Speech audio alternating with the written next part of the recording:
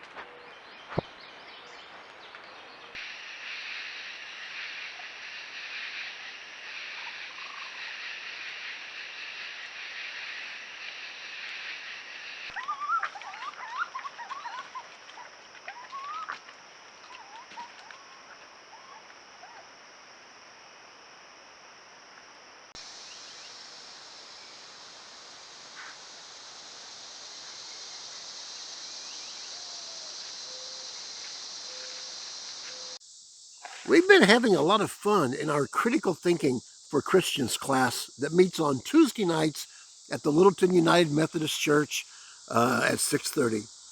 I'm really going to miss it when the class is done, but we're getting down closer to the end. We have only, I think, this week and 2 more weeks to go before we're finished, but we've talked about so many things. And then this week, we talked about causation and correlation, which is also very valuable. Let's look at correlation for just a minute. Let's pretend that every time something A happens, then something B happens, okay? Every time. And you start to notice it. And you start to notice that whenever A happens, B happens. But whenever A doesn't happen, B doesn't happen either. So we might jump to conclusions and say, well, we think A is causing B because every time A happens, B happens. Every time A doesn't happen, B doesn't happen. That is proof that A is causing B. That may not be. It also is entirely possible that B is affecting A. That is, whenever B happens, it causes A to happen. So it could be that A is causing B. It could be that B is causing A. It could be, we can make it real confusing now, it could be that there is something circular about this and that A is affecting B and B is affecting A, and the two of them need each other. Maybe like some insect with a certain type of flower, like like monarch butterfly needs to have native milkweed. And so whenever one disappears, the other one is going to disappear. Whenever one flourishes, the other flourishes, but they both affect each other, perhaps. Or maybe just the milkweed affects the butterfly.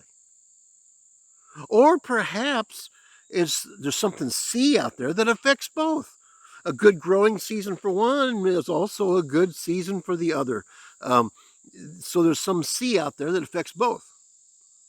Or it could just be total coincidence that, and they're not related at all.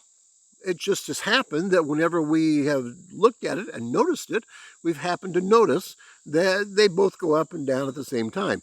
But that may not be reality every place else. It may just be something about the area we're at or something that we've noticed that is not been really well documented, and it may not be true. Or it's possible there are a series of things. Like the monarch butterfly, it could be a wintering place down in South America or in Mexico during the winter months. The habitat, it could be the milkweed that's up here, indigenous milkweed in the Midwest, where we mow down the fence rows and kill the milkweed, and there's nothing left for the monarchs, which that's their favorite source of food and planting or laying their eggs. It could be that there's too much tropical milkweed, ornamental stuff planted in gardens that's been bringing the monarchs to it, but it may not be as helpful to the monarchs. Or it could be all three of those kinds of things. It could be A causing B, it could be B causing A, it could be C causing both, it could be neither one related, just coincidence. It could be C, D, E, F, G, all kind of effect. All of it. Like if we were to talk about global warming, it may be that there's lots of things that contribute to global warming, but only a few of those things are within our ability to make a real substantive difference in. And so we know that there is a correlation, but we don't know what that correlation means. So we don't want to jump the gun. So what do? We know there's a correlation between hypothetical A and hypothetical B. So what do? And if it's important enough for us to actually worry about it or think about it, what do? We set up a test of some sort. We might call it hypothetical logic. That is, we try to set up an environment that excludes possible C, D, E, F, and G, and that kind of sets up a stage for A to prosper, and then we sit back and we watch if B prospers. Or else we might set up a situation where A will not prosper and go into decline, and then we will see if B goes into decline.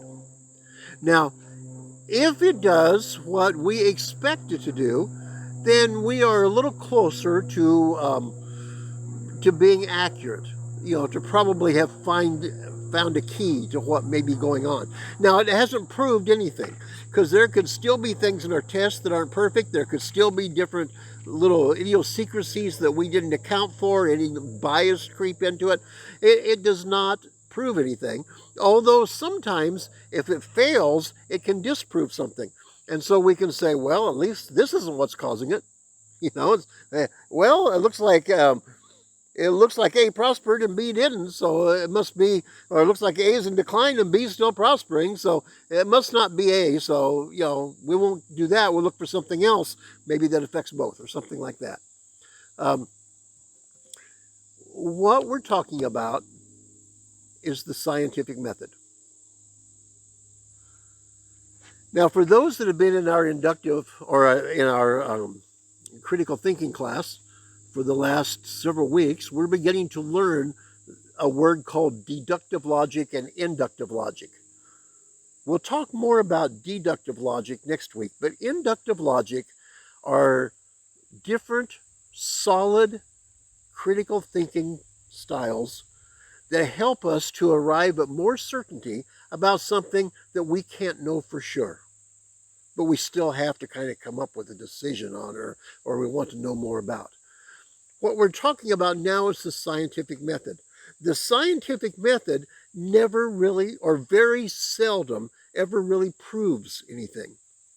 The scientific method sets up a theory, a possibility, sets up a possible experiment, tests it. If it pans out the way we expect, we may be a little closer to the truth. If it doesn't, we can jettison this idea or that idea if it doesn't work. And so we can weed out other things. We start with the things most likely. But the whole scientific method is based on an inductive type of logic that tries to gain more and more understanding. For instance, COVID. I often heard people, or you heard people, we all heard people say, on the news and stuff that some people said, follow the science, and others said, why? It keeps changing its mind every week or two. Do this, don't do that, do this, don't do that. Well, that's what science is. That's the scientific method. What was happening was they were making a possible theory, a hypothesis, and then weeding out the things that didn't work, coming closer and closer to the things that did work until they began to hit upon the answers for it. And that's the way it's expected to work. The early differences and changes and a little bit of confusion, that was the indication that they were weeding out some ideas that didn't work.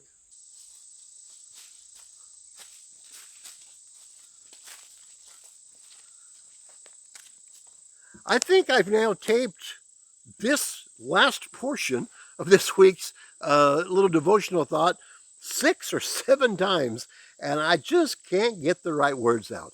But it seems like we, and as people of faith, speaking out to critical thinking for Christians, that we have sometimes kind of divorced science or hypothetical critical thinking from faith. And those don't have to be divorced. They work in two different realms, and they answer different questions. And the questions asked by people of faith are not the questions that are going to be readily answered by science, or they haven't been so far. And the questions answered by science sometimes are challenging to people of faith. So they kind of challenge each other, and it's easier to put ourselves in one little box or the other little box. But that just puts us kind of locked into a world that we can understand, and the world is beyond our understanding. Science is not the be all and end all. It does not have all of the answers. It is, like the others we've been looking at, a form of critical thinking that is incredibly valuable, incredibly helpful, unlocks the secrets of the universe, but not always the secrets of the spiritual life.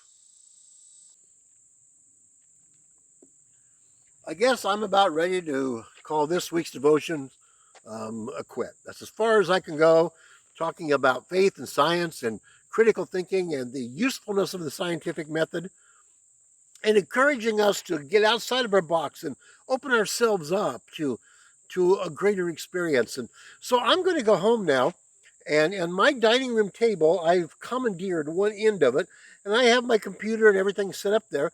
I'm going to go splice and put these devotions together, because I that's where I do some of my theological studies. At the other end of that dining room table, there's a buffet against the wall, and I have a canvas on that of a picture that I hope to have hang in the local gallery this fall at an art show. And so, I also would embrace the artistry side. And then tonight, I'm planning to go out to my observatory. I'm spending 3 nights this week out there tracing the pattern of Pluto, if I can do it. It's my goal. It may be over my head. But I'm trying to trace the path of Pluto through the skies in the constellation of Sagittarius. It's not all science. It's not all um, faith in such a way we close off science, and it's not also naturalistic. We close off art. All of these are paths that God has given us to enrich our lives and to um, expand our boxes. And science is one of the more important ones.